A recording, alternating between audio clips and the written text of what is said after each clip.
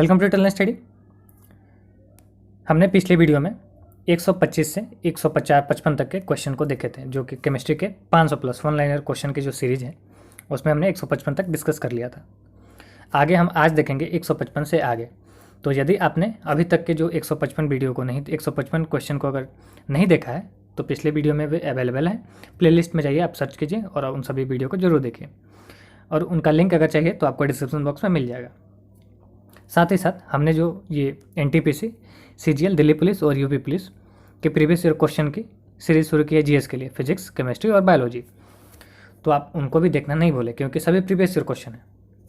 चलिए स्टार्ट करते हैं आज के क्वेश्चन को। हमने 155 तक देखा था, अब इसमें देखेंगे 156 से आगे। 156 नंबर क्वेश्चन है, यदि ऑर्बिट की संख्या को n से व्यक्त किया जाए तो किसी ऑर्बिट में अधिकतम इलेक्ट्रॉन की संख्या क्या होगी। तो देखिए, नील्स बोर ने इसको डिफाइन किया था, उन्हीं के नाम पे है ये n कहने का मतलब नंबर ऑफ ऑर्बिटल। n के जगह पे 1, 2, 3 बढ़ते जाइए, 1 से लेकर 2, 3, 4, 5, 6 इन्फिनिटी तक चलते जाइए। आखिर इन्फिनिटी तक जाता नहीं है, लेकिन इसीलिए इसको n दिया गया नाम, यानी कि ये अनडिफाइंड है। 2n² अगर बात करें, ठीक है, तो n की जगह अगर 1 रखते हैं तो 2 × 1 का स्क्वायर तो 1 ही होता है, 2 × 2, यानी कि n अगर 1 है तो ऑर्बिट की संख्या 2 है। मिनिमम ऑर्बिट 2 होते हैं, ठीक है। मिनिमम किसी भी एटम के यानी परमाणु का जो ऑर्बिट होता है 2 होता है। एक ऑर्बिट के अंदर तो आगे आपको प्रोटॉन और न्यूट्रॉन दो नहीं रहता, वो कब जब रहेगा तो बाहर ही रहेगा, तो वो अगले ऑर्बिट में रहता है। तो मिनिमम ऑर्बिट 2 होते हैं। फिर n की जगह पे 2 रखिए तो 6 हो जाएंगे। इसी तरह बढ़ते जाइए। यदि ऑर्बिट की संख्या n से व्यक्त की जाए तो किसी ऑर्बिट में अधिकतम इलेक्ट्रॉन की संख्या होगी 2n²।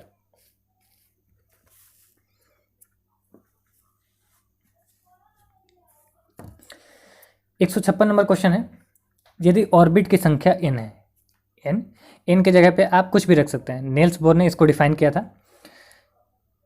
इसी पे इलेक्ट्रॉनिक कन्फिग्रेशन बेस्ड है, ठीक है। इलेक्ट्रॉनिक कन्फिग्रेशन यानी कि इलेक्ट्रॉनिक विन्यास, जो कि आप हिंदी में कहते हैं। तो वहाँ पे n अगर 1 रखते हैं, 1 से लेकर 2, 3, 4, 5 आगे बढ़ते जाइए। अगर n की जगह पे अगर रखते हैं 1, इस फार्मूले में इलेक्ट्रॉन निकालने का फार्मूला है, अगर ऑर्बिट सपोज कीजिए अगर 1 है तो 2n², ठीक है। तो n की जगह पे 1 रखिएगा तो 2 आएगा। अगर ऑर्बिट 1 है तो 72 कक्षा में, यानी कि उसमें इलेक्ट्रॉन की संख्या होगी 2। उसी अगर n की जगह पे अगर 2 रखते हैं तो इलेक्ट्रॉन होगा 6, यानी कि अगर 2 ऑर्बिट है तो 6, 1 है तो 2, अगर 3 है तो 18, 3 ऑर्बिट में 18 है, 4 है तो आपको 32 हो जाएंगे, ठीक है। तो यही है, n अगर ऑर्बिट है यानी कि अगर n 1 है तो इलेक्ट्रॉन की संख्या उसमें होगी अधिकतम मैक्सिमम 2। अगर n अगर यानी कि ऑर्बिट की संख्या अगर 2 है तो इलेक्ट्रॉन होगा 6, और ऑर्बिट की संख्या 3 है तो 18, 4 है तो 32। ऐसा ही n की जगह पे 1, 2, 3, 4 आप रखते जाइए, ऑर्बिट बढ़ाते जाइए, इलेक्ट्रॉन बढ़ते जाएगा। अगला है, इलेक्ट्रॉन तब तक युग्मित नहीं होते हैं जब तक कि उनके लिए प्राप्त रिक्त कक्षक समाप्त ना हो जाए। यह सिद्धांत कहलाता है हुंड का नियम। हुंड का नियम क्या कहते हैं उसको समझिए। इलेक्ट्रॉन तब तक युग्मित नहीं होते हैं। युग्मित कहने का मतलब है किसी दूसरे से बॉन्ड नहीं बना सकते। बॉन्ड मतलब बॉन्ड यही बनाते हैं इलेक्ट्रॉन, जो बाहरी कक्षा में जो विद्यमान होते हैं वहीं बॉन्ड बनाते हैं दूसरे एटम से, ठीक है। तो तब तक युग्मित नहीं होंगे जब तक कि उनके लिए प्राप्त रिक्त कक्षक समाप्त ना हो जाए, यानी कि स्टेबिलिटी गेन।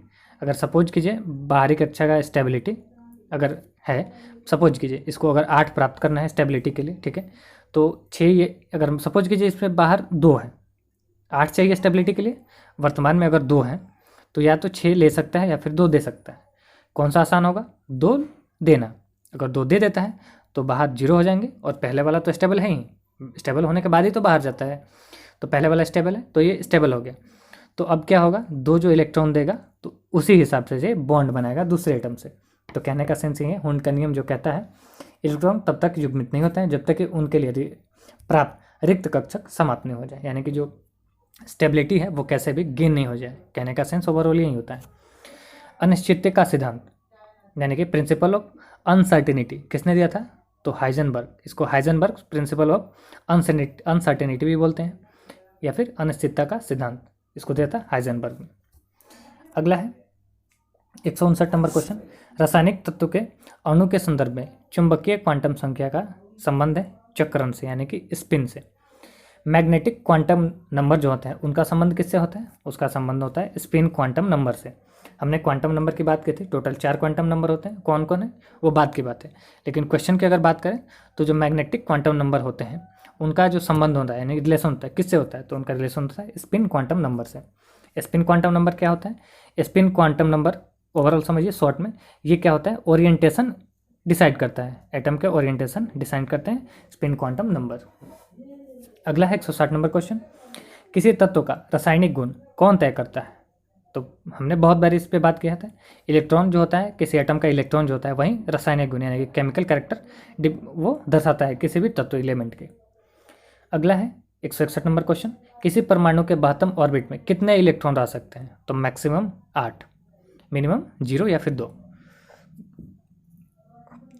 अगला है 162, यदि किसी परमाणु का तीसरा ऑर्बिट उस परमाणु का सबसे बाहतम ऑर्बिट हो तो इसमें इलेक्ट्रॉन की अधिकतम संख्या कितनी हो सकती है? तो वही फार्मूला 2n², 3 रखिए तो 18, 4 रखिए तो 32, यानी कि तीसरा ऑर्बिट उसका क्या कह रहा है क्वेश्चन? तीसरा ऑर्बिट है उसका बाहतम कक्षा यानी कि मैक्सिमम नंबर ऑफ ऑर्बिटल 3 यानी कि n=3। तो फार्मूला है 2n², n की जगह पे 3 रखिए तो मैक्सिमम इलेक्ट्रॉन की संख्या 18।